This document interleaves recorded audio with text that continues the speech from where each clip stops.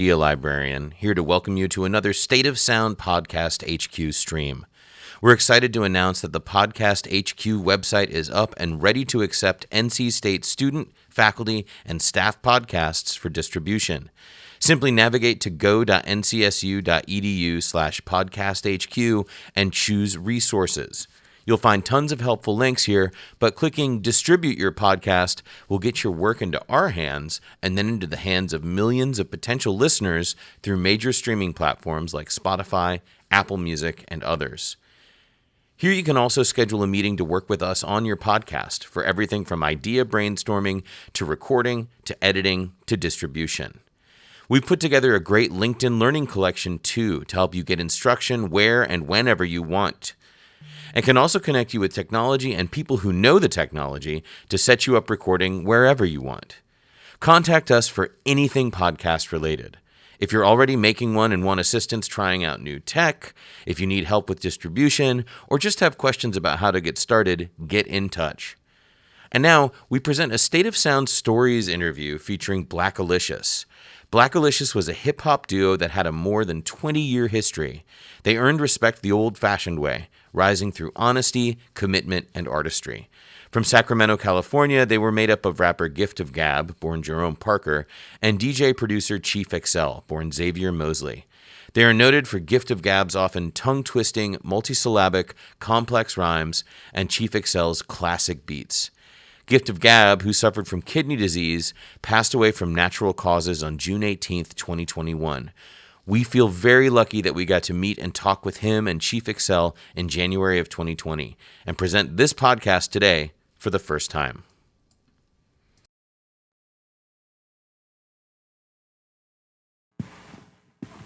Well, hey everybody. Good morning. Welcome to State of Sound Stories. I'm actually really starstruck right now. I'm just going to say it. I've been thinking about this story for weeks now, ever since these fine people have agreed to come and talk to us. In 2002, my friend Tom, who owned a record store in Bloomington, Indiana, gave me a CD called Blazing Arrow by these guys. And I made a tape of it, and it was the record. That was the year I started touring for real, and that was like the only tape that made it through all of our vans. And then I wore it out in 2003 in my 1997 Chevy Cavalier. That record got me through driving in the mountains at night. It got me into a whole slew of hip-hop I wouldn't have known otherwise. It made me understand Nilsson records better. I mean, the whole deal. So I'm really excited that Blackalicious is here today. They have an incredible body of work, and I know they're going to talk about more than just the tape that made me love them. But I also want to just remind you that you're at State of Sound Stories, and what we do here is we talk about how sound can be a career. Maybe it's not rapping, maybe it's not writing songs, maybe it's producing, maybe it's taking pictures of people who play music. Maybe you're just interested in sound and you learn how to engineer it better. But if you have an idea, you can make a career out of sound or around sound or with it. So we invite folks like that. Like I said, Blackalicious is here today. But in a couple weeks, we're going to have the Girls Rock folks. Girls Rock NC will be here. And they're awesome. They, if you don't know, they help girls, women, marginalized individuals access making music or producing music. And they've been doing great work in North Carolina and all over for a very long time. So that's another kind of career that you can think of. How do you help people access music? And that's what we try to do here at the library, whether it's accessing music or making podcasts or whatever. And State of Sound itself, just so you remember, we offer sessions where you can come and learn how to use our music creation spaces and our podcast creation spaces, both in and outside of the classroom. We do stories, which is what we're about to do today, and we ask you to send the stuff you're working on to us so we can share it back to the larger community. I think if people know that other people are making stuff, they get inspired and want to share it. And we hope that the stories inspire you to do the same thing. But I'm going to turn this over to Alex Valencia, who will introduce our guest today. Thanks for being here. Thank you, Jason. Just to reiterate what Jason was saying, coming from Northern California, it was only natural that one of your CDs would come into my hands and then eventually go into your shows. So thank you for stopping by. We really appreciate it. Appreciate you having us. Chief XL, this is Chief Gift of Gab, and together they are Blackalicious. Can we get a round of applause, please? Thank you. Thank you. So let's start from the very beginning for the both of you. How did sound impact your childhood? What were your influences? Did it come from maybe your uncles and aunts, your parents, your grandparents? And where were you located when that music really hit? For me, it started early. My father was a record collector. So, in his collection would be everything from John Coltrane to Parliament to Three Dog Night to Art Ensemble of Chicago. So when I got introduced to hip hop and specifically certain producers like Hank and Keith Shockley, the Bomb Squad, did all the Public Enemy records. Large Professor did a lot of the stuff for Eric B. and Rakim and stuff like that. How I saw that they were fusing together samples into this music, I would hear something and be like, oh, that's that James Brown record my dad always plays, or, oh, that's that Millie Jackson record, or, oh, that's this or that. It brought everything together for me.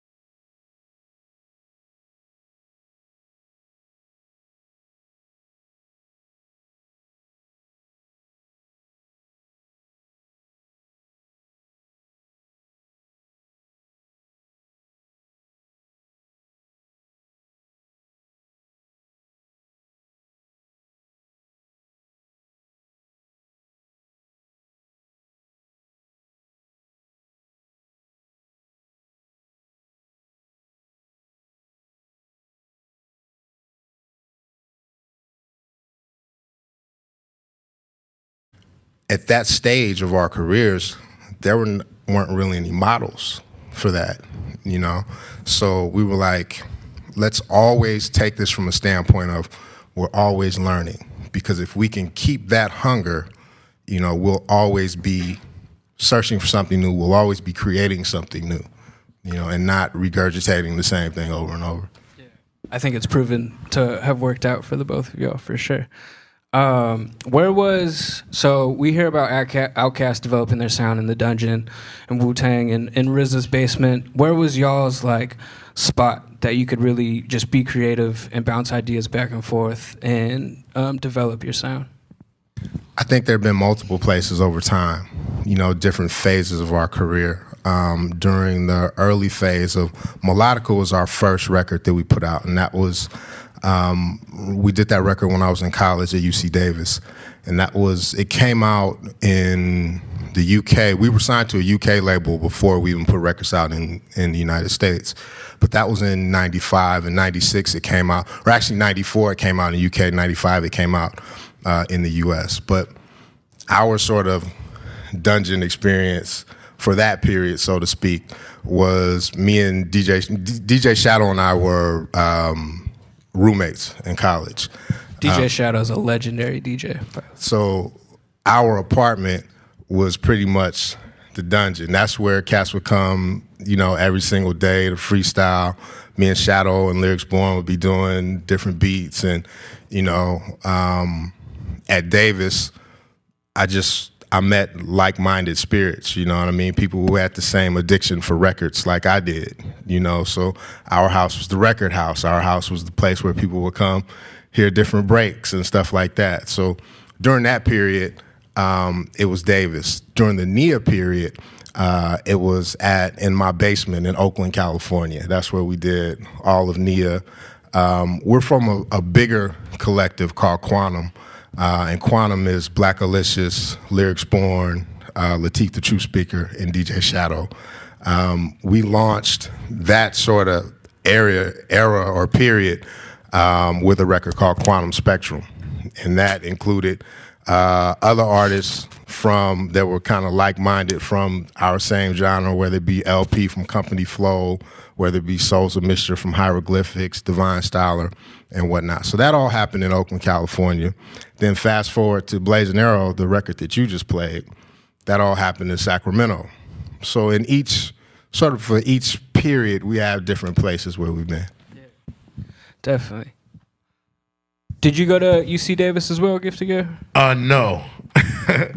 I went up there to go to the college and to make music with X. I lived in Southern California. By the way, I had to change chairs. I have a tweaked out leg, and that chair was not complimenting it.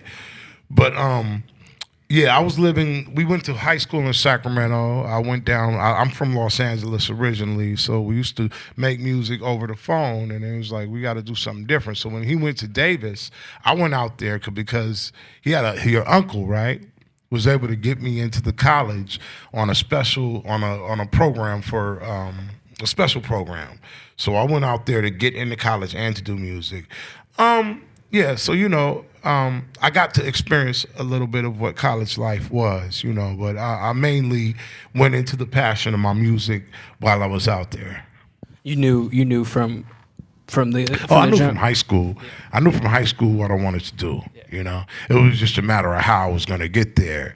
And the fact that I met him in high school and, you know, we met like we did, and then I went out to Davis, it just was all kind of guided, you know what I mean? Yeah. It was like it was meant to be. So for you, XO, so a lot of our students, I think, are managing both the creative side and their academic side and trying to figure out a way to merge the two. So what were you going to school for, and how did you manage to balance both your music and school at the same time? I was a communications major. Myself, Shadow, and Lyrics Born, we were all communications majors. We had a department chair.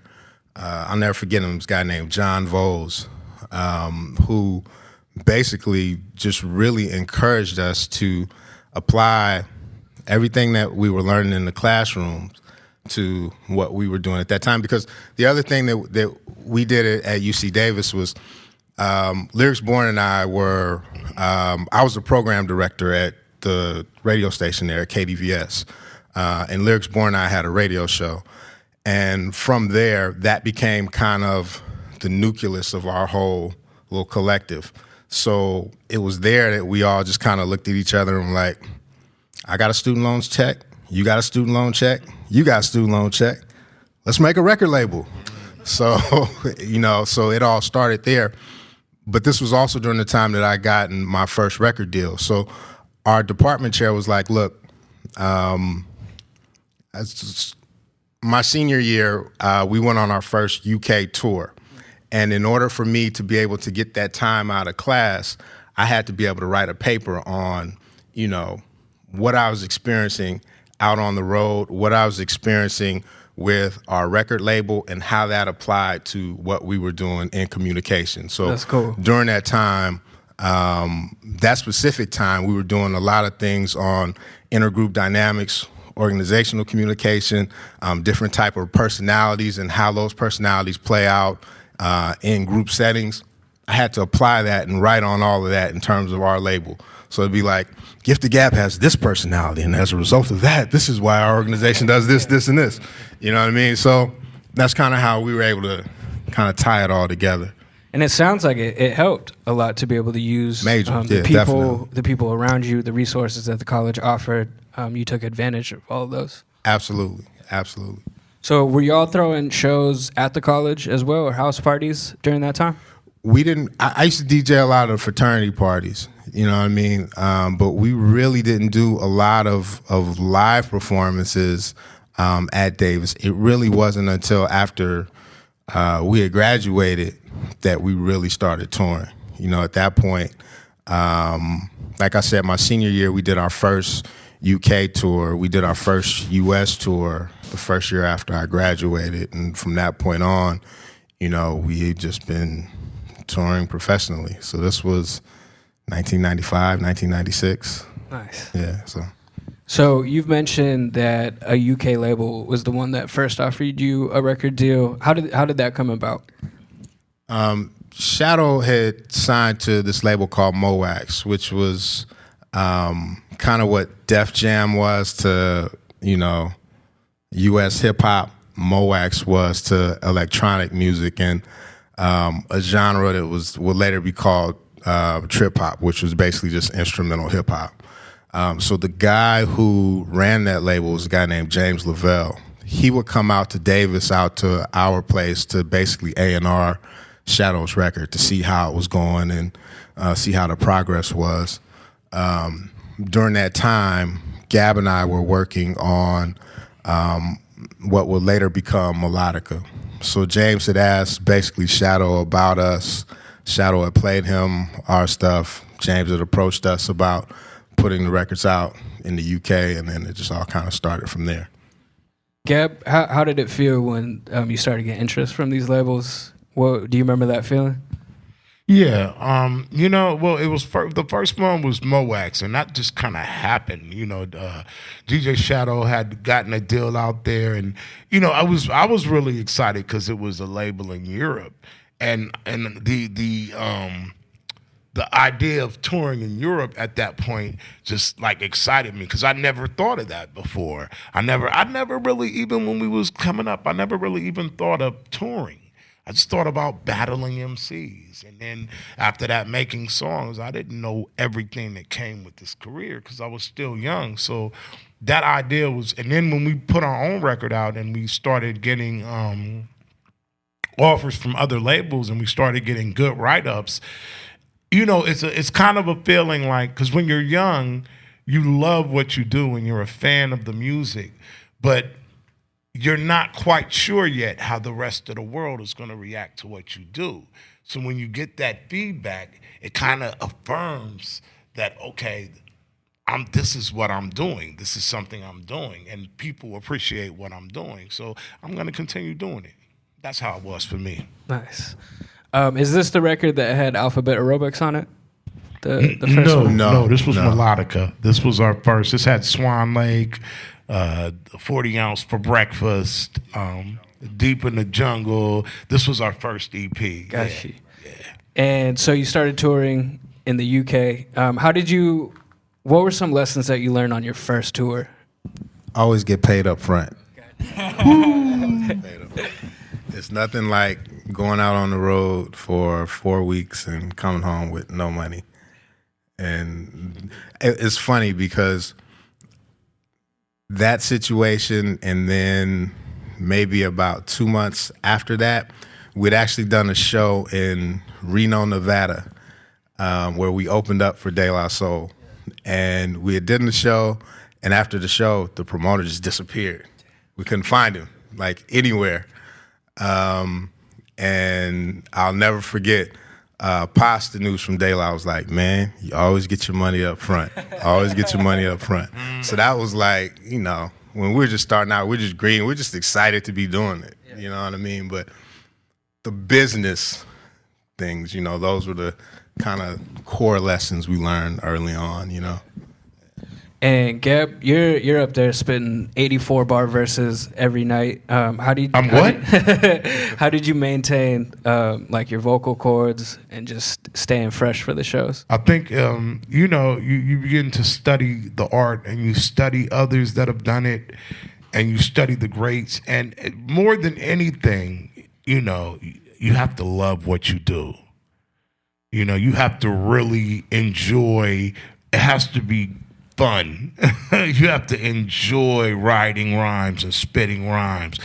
The day that you say, oh, I gotta do this because I gotta be a rapper, you should stop. You know, that's me though. That's just my philosophy. What was it like opening for some of these big names at that time, like De La Soul?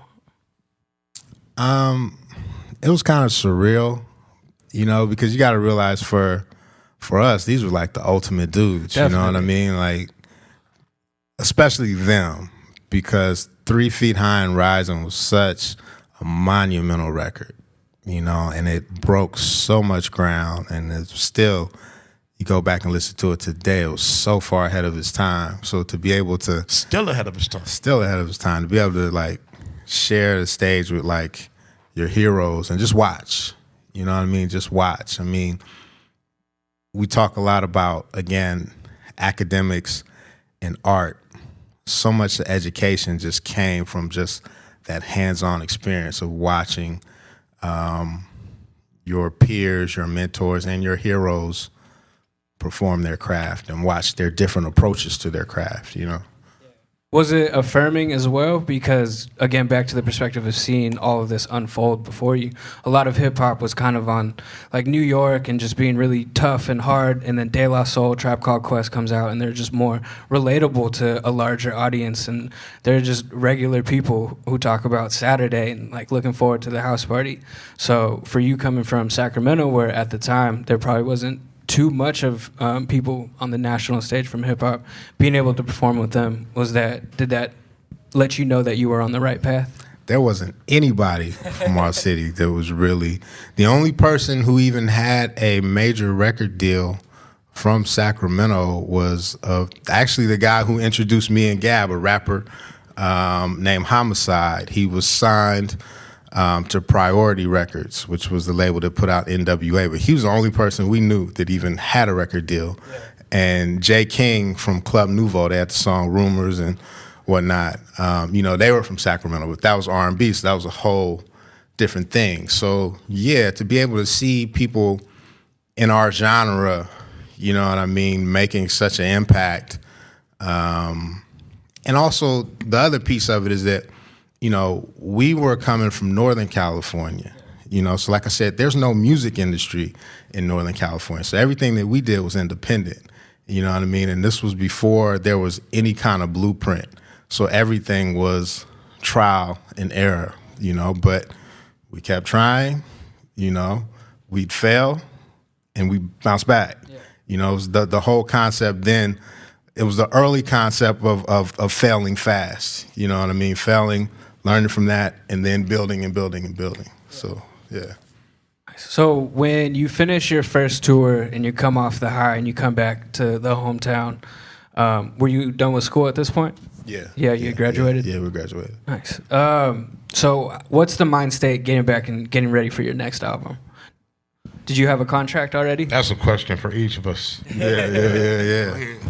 Well, we had done the deal. We were doing our second record with Moax. We had a deal for overseas.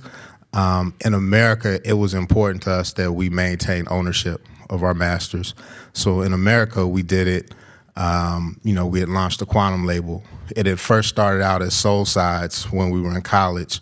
Now we're fast forwarding 5 years. We had dismantled Soul Sides and revamped it as Quantum. So we had these releases that were coming out basically simultaneously. So, with then, and that was the record that Alphabet Aerobics was on. So at that point, it was literally like going from here to here. And that was a trip because that was the first time any one of our records had just really blown up on the radio. I mean, it was like a major, major thing on BBC. So for us to be, in the UK and it's like being played 10, 15 times a day. And, I'm checking into my hotel and the lady at the register is like a 65-year-old woman and saying, "Yeah, I love Alphabet Aerobics." And I'm like, "What? Word? Okay, cool." That was awesome. It was a good feeling. Yeah. It was really cool. Wait, repeat the question. So you come back from your first tour, Natural High. You come back home. How do you get ready for your next release? Well, the first release was obviously Melodica, and the next release was our first full-length album, and that was Nia. So in our mind, Melodica was our introduction, and Nia was like our first full body of work. Mm-hmm. So Nia was kind of like, I think we do every record like this. We just go into a zone and we look at the time and we look at where we're at and we look at everything that's out. And back then it was different because it was just, hip-hop was just different back then. And you draw off of the energy of other artists. You draw off of experiences. You draw off of, experiences with family members or whatever. And you just put it all into a record, For me, that was it. And all I needed, and all I ever need, is the canvas, is the music. And luckily, Chief XL provides extremely good background music. So it's not hard because I like to do it. It's not, people say, "How do you do that?" It's not, I'm enjoying myself. The thing about being an artist is it's down there like a child, like you're down there like a child playing. You're having fun. You're expressing yourself in a way that only you can express yourself. So, that was my formula for that record and for all. And then it just continues to grow. And you continue to look at what you have done and then you see where you want to go from here and what you want to do next. I think, too, along those lines, when I look at our discography, I kind of look at our first record, Melodica, as like high school graduation. Right. Nia was like undergrad. Blazing Arrow was like our first post-grad work, and we're still doing our post-grad work now. Got you. So it didn't feel like, I've heard from some artists that you have your whole life to come up with that first project. And then so coming up with that second one, it's like, what do I pull from? You didn't have that kind of sophomore slump? Well, your first album is like, you've been dreaming about this since you was, a teenager. So your first album is kind of like the accumulation of all of that, and then after that, you're official, So now that you're official, now you're bringing your first body of work as being official, and then like you said, and then after that was Blazing Arrow, which is like X said, post grad work. Mm-hmm. I think too, when you look at our discography, it's not like the kind of thing to where we put out a record and then 6 months later it was another record. We take a lot of time between our records. So with that, we don't really, and all the factors, again, we've all pretty much, except for when we did the records on MCA Universal, we've pretty much always been independent. So we've always made records at our pace. So we've never really had to worry about that cold kind of sophomore slump things because we just didn't have any. The only pressure we had to succumb to is the pressure put on by ourselves, You mentioned that it was important for you to own your masters at a young age. That's some great foresight for back then when record labels were owning everything, it seemed. Where did that come from? Again, just kind of studying, just trying to look at music from a musicologist's perspective, just from a record collector's perspective, looking at like artists' careers and the arc of those careers, where they ended up, where the most successful artists were and why. You know, look at people like James Brown. He owned everything. You know what I mean? And that was important. I tell people to this day, you know, our biggest record was a record that we recorded 20 years ago now. And it didn't blow up until 2015 when a guy who played Harry Potter did it on The Tonight Show. You know what I mean? But we own that. Yeah. Imagine if a corporation owned that. Yeah. We wouldn't have seen anything from that. We'd have been mad. Mad, just bitter, you know. And I bet it brings you joy to be able to go out and tour that record, tour that album, knowing that it's coming back to the people that created it. Like, I know Souls of Mischief are touring off 93 till infinity to this day. Till infinity. Yeah, to forever. Yeah. And it seems like with the waves of hip-hop, that early sound is coming back and it's morphing into newer sounds, and there's a lot of appreciation for artists like yourselves who have been in the game for a long time. I'm going to go play Alphabet Aerobics and log into my computer real quick so we can get a sense of what it is. While he's doing that, in those tours in the 90s, this is always so interesting to me. What do you take? When you fly to the UK, what kind, were you renting all your equipment? Like, what, are you bringing your vinyl? Did you make special vinyl for that? Yeah, so this was pre-Serato. So, funny story, actually. When we actually had first recorded Alphabet Aerobics, I had to perform it live. We had to perform it live on BBC. And at that point, the record wasn't out yet. It was only promos for the DJs and whatnot. So I just had one set of test pressings, and that was what I would perform live. I'd bring my little crate of records overseas and whatnot. Well, I'm on my way to the UK. I get on the plane and realize I forgot my records. And I'm in the air at this point. So the label has to literally courier. And again, I mean, this is no, you know, there's no sending MP3s back and forth. You know what I mean? They literally had to courier it from SFO to London.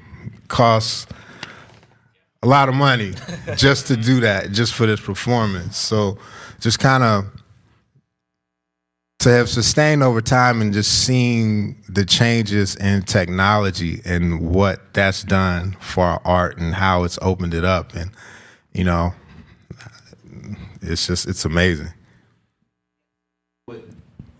How long, I just got to know because I've always wondered. And so Ninth Wonder, who's a friend of ours and comes by and has done this stuff, I keep forgetting. Like, where are you, you know, you're getting these test pressings.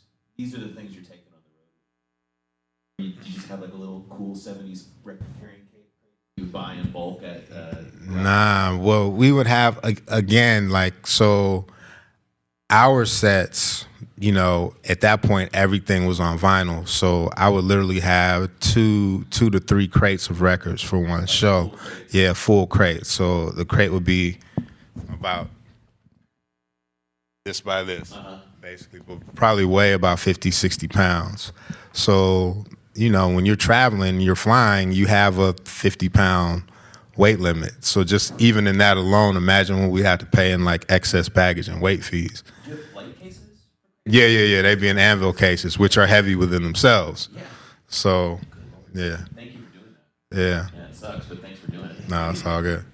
Should we play this real quick? Yeah, let's do it. What we're talking about?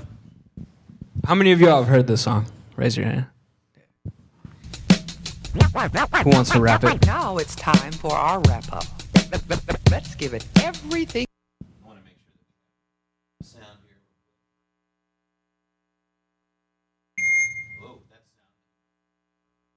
sound. We've got. Now it's time for our wrap-up.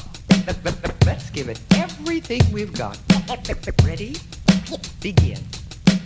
Artificial amateurs aren't it all amazing? Analytically, I assault, animate things. Broken barriers bounded by the bomb beat. Buildings are broken, basically I'm bombarding. Casually create catastrophes, casualties, canceling cats got their canopies collapsing. Detonate a diamond tank daily doing dope. Demonstrations, Don Dada on the down low. Eating other editors with each and every energetic, epileptic episode, elevated etiquette. Furious, fat, fabulous, fantastic. Flurries of funk felt feeding the fanatics. Gift got great, global goods gone glorious. Getting godly in this game with the glorious. Hit 'em high, hella hype, historical. Hey, Holocaust hymns, hear 'em holler at your homeboy. Imitators idolize, I intimidate. In an instant, I'll rise in an irate state. Juiced on my jams like Jerry Curls, jocking joints justly. It's just me writing my journals. Kindly, I'm kindling all kinds of King Kong. Karate kick type Brits in my kingdom. Let me live a long life, lyrically lessons is learn. Lame louses just lose to my leverage. My mind makes marvelous moves, masses. Marvel and move, many mock what I've mastered. Niggas nap knowing I'm nice naturally. Knack never lack, make noise nationally. Operation opposition off, not optional. Out of sight, out of mind, widening opticals. Perfected poem, powerful punchlines, pummeling, petty powder puffs in my rhymes. White crank post, keep quiet as quantum. Quarrelers ain't got a quarter of a we gotta. Really raw raps, rising up rapidly, riding the rushing radio activity. Super scientifical, sound search sought. Silencing stupefied saps that are soft. Tails 10 times talented, too tough. Take that, challengers, get a tune up. Universal, unique, untouched, unadulterated, the raw uncut. Verb by smart, victorious, valid. Violate vibes that are vain, make them vanish. While I'm all well, what a wise wordsmith. Just weaving up words, weeded up on my work shift. Xerox, my X radiation glows, extra large, X height letters, xylophone tones. Yellowback, yak mouth, young ones yawn. Yesterday's lawn yard, sell I yawn. Zigzag zombie, zoom into the zenith. Zero wins and thoughts, overzealous, brown Z-lots. Good. Can you say it faster? So, how did this record come about? So we talked about the different sort of places of inspiration. You were asking about when you used the Outkast example. This was during sort of chapter 2 for Blackalicious in Oakland, California. We had, this song was actually inspired by John Coltrane, My Favorite Things. I had heard that, and then I said to Gab, I was like, I'd done the original beat. The original Alphabet of Robots is actually a remix for a song that we did called A to G.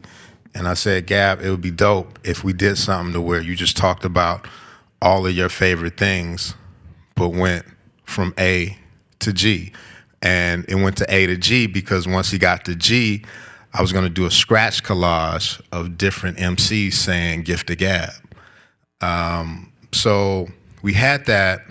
I sent it to a really good friend of ours, Cut Chemist from Jurassic 5. He loved it.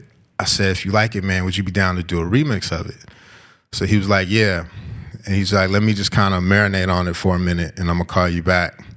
So we didn't hear anything from Cut for a few months. And then we were down in L.A., and we went to his house. And he was like, okay, I got the concept. I got the beat. So Cut is a real kind of animated kind of guy. So he was like, all right, so imagine we're on a treadmill and we start at A. It's going kind of slow. Then it starts picking up. Then it starts picking up. And then by the time we get to Q, we're on a full-on sprint. We're sprinting now.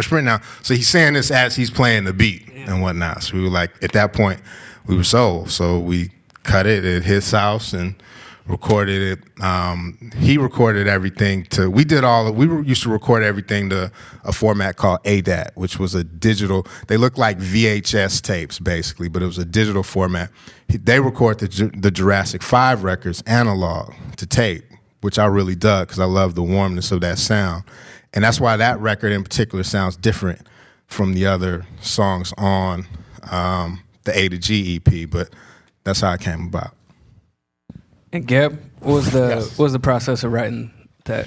Well, Cut Chemist came with the concept, and when I heard it, I was like, "Wow, that's never been done." Because we wanted to do a song that never been done. We wanted to do something that nobody's ever done. We're still into that, like what hasn't been done. So, they gave it to me, and I pretty much wrote it in one night. As surprising as that is to some people, because we had to record the next day, and I lied and said that I'd written it. So, the night before, I just went in and I focused in and wrote it. It came out pretty smooth and pretty quick. and we put it down the next day. So it was quicker than I thought it was gonna be, because even when I heard the concept, I was thinking, wow, I'm gonna have to put some time and effort into this. But I did it. I wrote it in like an hour. Did you have a dictionary open in front of you? No, not for that one. For some I did, but not for chemical calisthenics I did, but not for that one. Nice. So I think that song was already immortalized in the hip hop history books, and then it went on to go into like pop culture with Daniel Radcliffe rapping it. When did Bleacher Report reach out to you to use that song?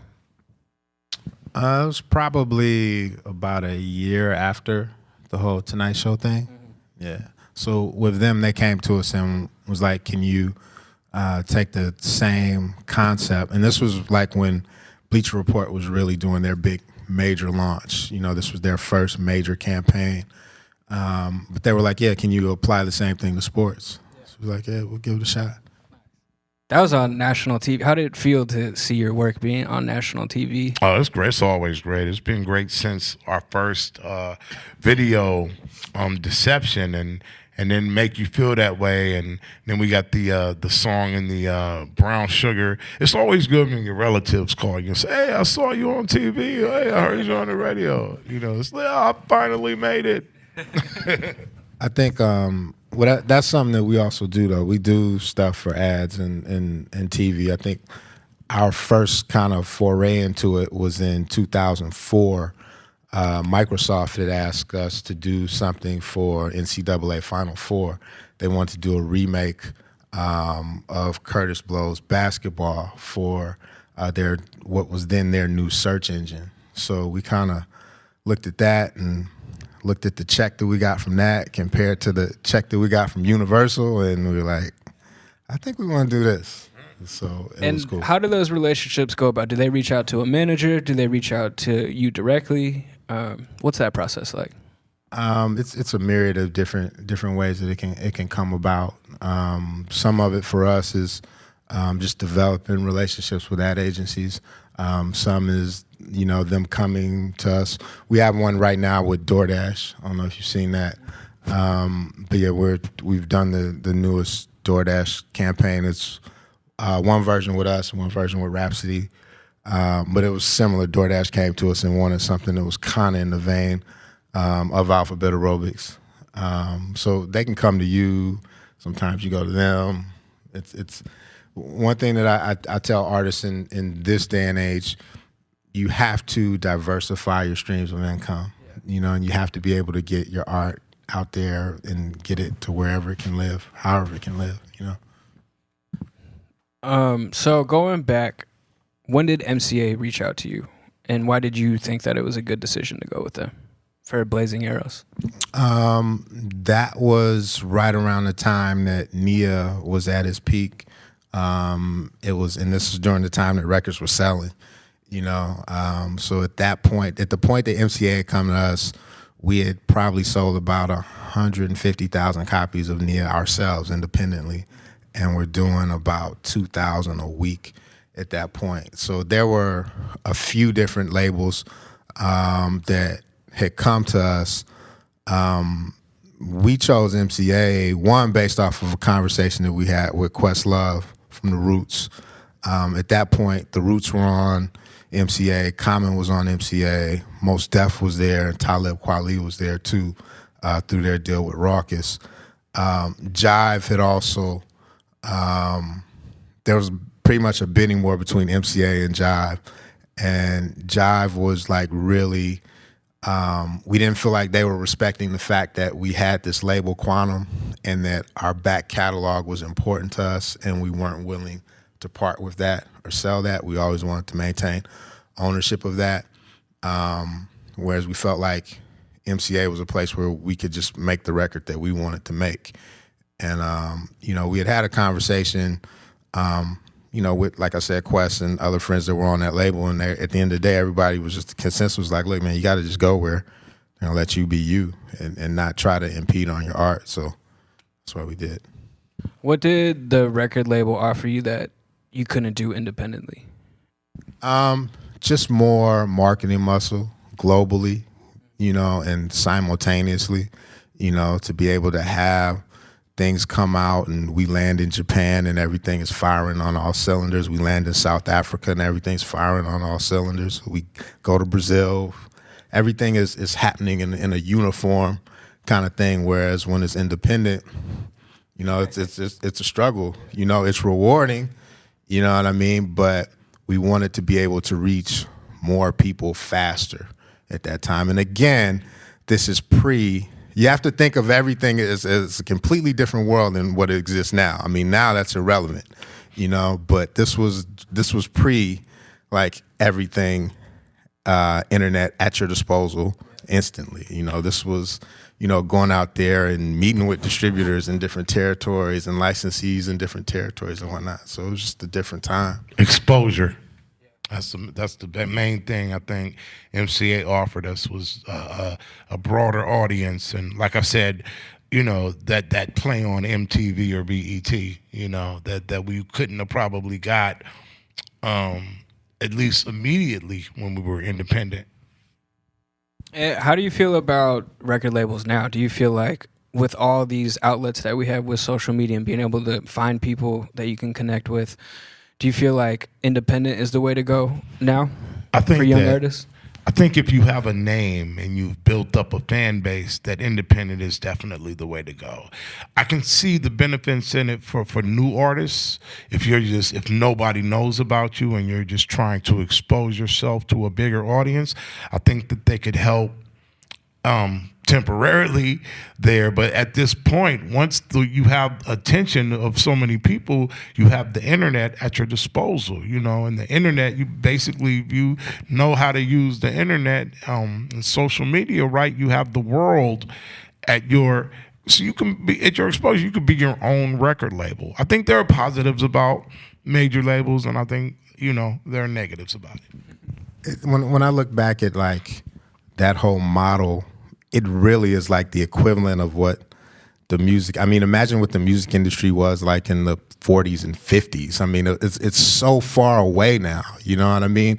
So, you know, quite frankly, I don't really feel like you need one. I mean, you don't, why? I mean, it's just not relevant in this day and age anymore, you know? Yeah, I think it's nice to see like Chance the Rappers and Joey Badass, who have help from larger organizations, but not necessarily owned by a large entity. And it's really great for young artists to be able to have different options, whereas before it was you had to sign to Universal or MCA or Def Jam, or else nobody was going to know about you. How are we doing on time, Jason? I think it might be time for some questions. Cool. Who has questions for Blackalicious? Yes. Thank you guys so much for being here. Really love, in particular, Way of the Light, which you did. I'm not sure what year, but oh, thank you. That's from my solo Gift to Gab solo record, which I've done a few of those too. Yeah, I love that. But you made the point that, you know, diversifying income streams is a really important feature of doing well as an artist nowadays. Could you speak to that a little bit more in terms of what you've done and what you've seen others do? Yeah, I mean, for us, it all kind of really started with touring. You know what I mean? That became the first kind of model, and even within touring, whether it be, you know, developing your merch business, developing all of these, you know, different facets of that, you know, or those are all just different streams that come in. You know, we talk about, again, you know, your earlier question about just a record label. Once you have that base, you know what I mean, you have just a multitude of options at your disposal, you know, to where, you know, you don't, in the earlier models, it was the type of thing to where you needed a company to put you out there to give you the contact with whatever your fan base was. Now you don't need that because you access them directly. Once you can access them directly, then, you know, they're just a myriad of different kind of things you can do to tap into that. So some examples, you know, one of the things an idea that we have actually been experimenting with are these experiences with your fans. You know what I mean? Whether it be,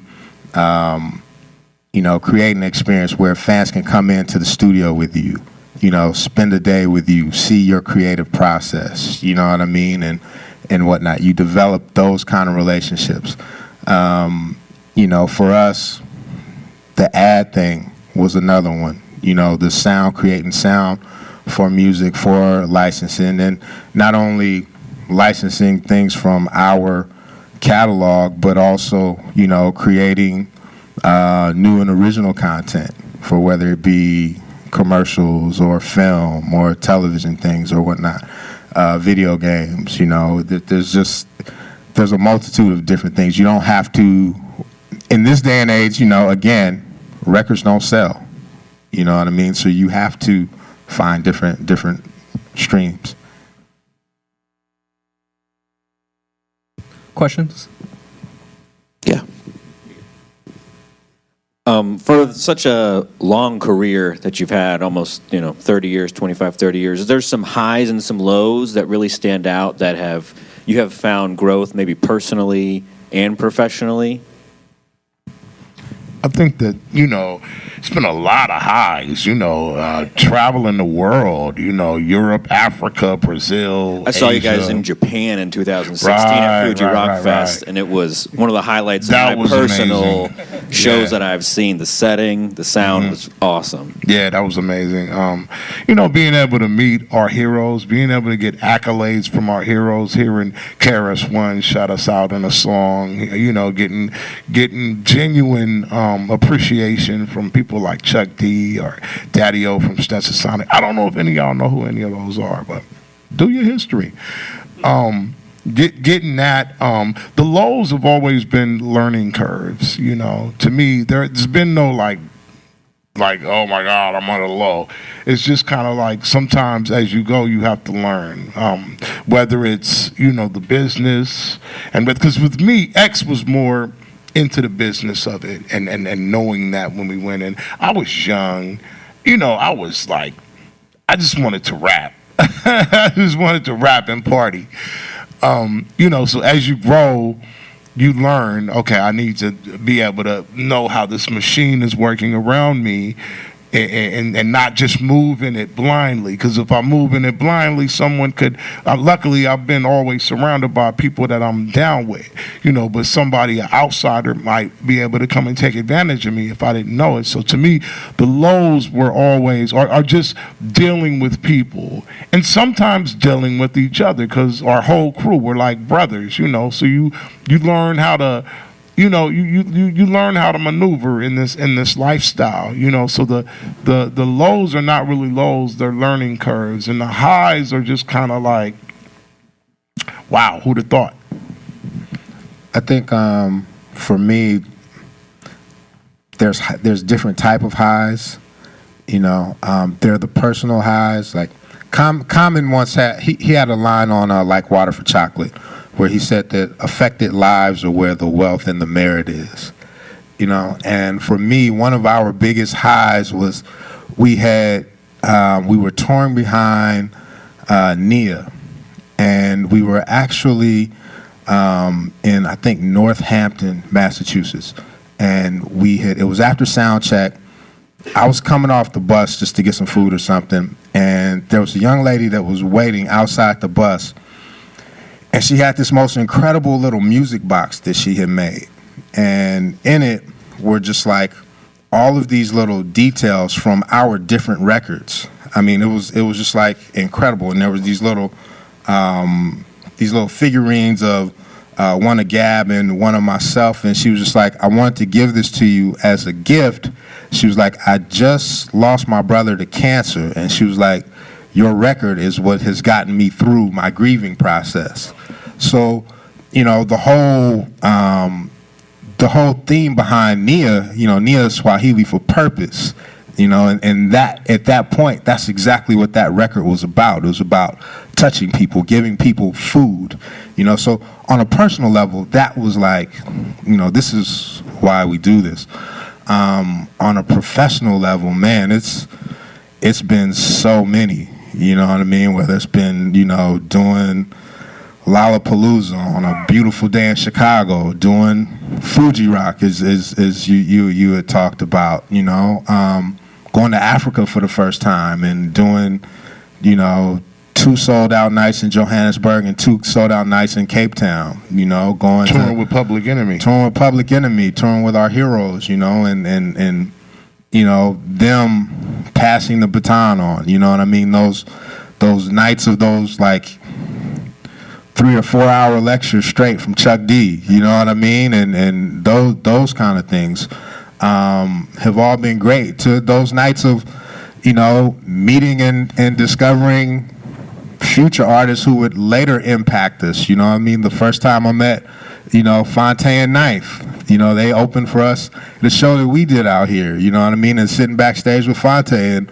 us just chopping it up, you know what I mean? And this was when they had did their first deal with ABB, you know, and him asking me about Benny B and touring and all this kind of stuff, but also seeing that spark and that fire and knowing that they were going to be something special. You know, those are all highs, you know. Thank you. That's great. Who else? You do, though, because we're recording it.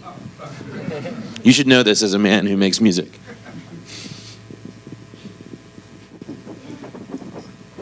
Thank you, Jason. I appreciate the history and the music. As a battle MC, what is your most memorable battle and your most memorable cipher? My most memorable battle is with Brother Lynch Hung. I don't know if anybody knows who that is. That's an artist from Sacramento, and you know, we went to high school in Sacramento, and he came up, him and his friend had came up to our school because we was crushing everybody and we was murdering people, and they was like, "I'll bring them," and you know, so he came out and we just had an intense, like, 10 rhymes back for back. I don't know who won because at the end we were both cocky and egotistical, saying I won. But afterwards, I saw him on the bus, and we spoke, and we exchanged numbers, and we had a mutual respect after that, you know. And that's how battling was back then. It wasn't so personal. It wasn't so, you know, I'm gonna go and research all of your personal information. It was just kind of like, who has the freshest rhyme? And at the end of the battle, one person either went away mad, or there was a mutual respect at the end of the battle. And that's probably in my whole career, that's probably the most memorable battle. And, you know, I still know Brother Lynch, you know, and we're good friends to this day. Cipher-wise, would have to be with Lateef and Lyrics Born and maybe a couple other, but me and Lateef and Lyrics Born, my crew, that's our crew. Lateef and Lyrics Born from Latyrics, you know, we all formed in Davis, and we would go down to the radio station and we would just cipher, you know. I mean, y'all are all young adults. We would smoke a lot of weed, and we would just rap, and it got to the point where it became an addiction. Like, let's go down to the radio station and throw on some music and let's cipher. And it was so dope because all of us were at that stage where we hadn't put records out yet. And we knew we were about to put records out, and we were all kind of building ourselves as like to be as fierce as possible, and we was all fierce. So when I got into a cipher with them, I knew they was going to bring it, and we would let you know if you came into our cipher and you weren't up to par. You would probably leave mad or crying or whatever. But those were my favorite ciphers, the early ciphers with Lateef and Lyrics Born in Davis. We have time for one more. Who's got it? Yeah, you might as well. Back to the record-making process. Is there anything on the horizon for us to look forward to in 2021, 22? Yeah, we're finishing up. We're in the final stages of finishing our next album, Imani Volume 2. So we're hoping to be done with that actually in the next month. and then we start mixing in March and mastering in April, and hopefully it's out this summer.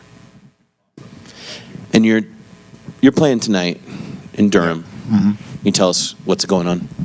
Yeah, it's Blackalicious Live. Blackalicious Live is Gifted Gab, myself, Lateef the True Speaker, and Jumbo. And yeah, we're at Mortal Music Hall. Yeah, tonight. So come on out. It's gonna be a dope night. Come on out. What time does the show start? I think doors are at 7. We hit at 9. Oh God, that feels good. I love going to shows, and I love when shows start at that time on a Tuesday night. So thank you for doing that. I can't believe that they're here, but thank you for making it happen, and thank you for coming, Blackalicious. Please give them a round of applause. Thank you, guys. Appreciate it. If you can make it to Motorco tonight, you should. A reminder, in next week, Girls Rock NC will be doing a similar thing, and we'll be hosting a contact mic making workshop in the makerspace as well. So come and learn how to make the instruments that can record the music that you want to make. Come talk to us. Thank you, Blackalicious. So glad you're here. Thanks, Alex. Thanks, everybody. Have a great day. I just want to say to all of the artists out there, music or whatever kind of art you do, love your art and honor it and do it. Like a lot of young artists say, I knew these youngsters that put a record out and put everything they had on that record. And when the record didn't do what they wanted to do, they stopped. And I was like, if you're an artist, you're an artist. Whether you're broke or whether you have $1 million, whether you have a career or whether nobody knows who you are, if that's who you are and you enjoy it and you feel a sense of purpose doing it, do it. And you never know where it's going to take you, not where you're going to take it. When you develop it, you never know. I had no idea when I was young that I would be traveling the world and coming to a university in North Carolina speaking in front of students. You never know where your talent's going to take you. That's it. Thank you.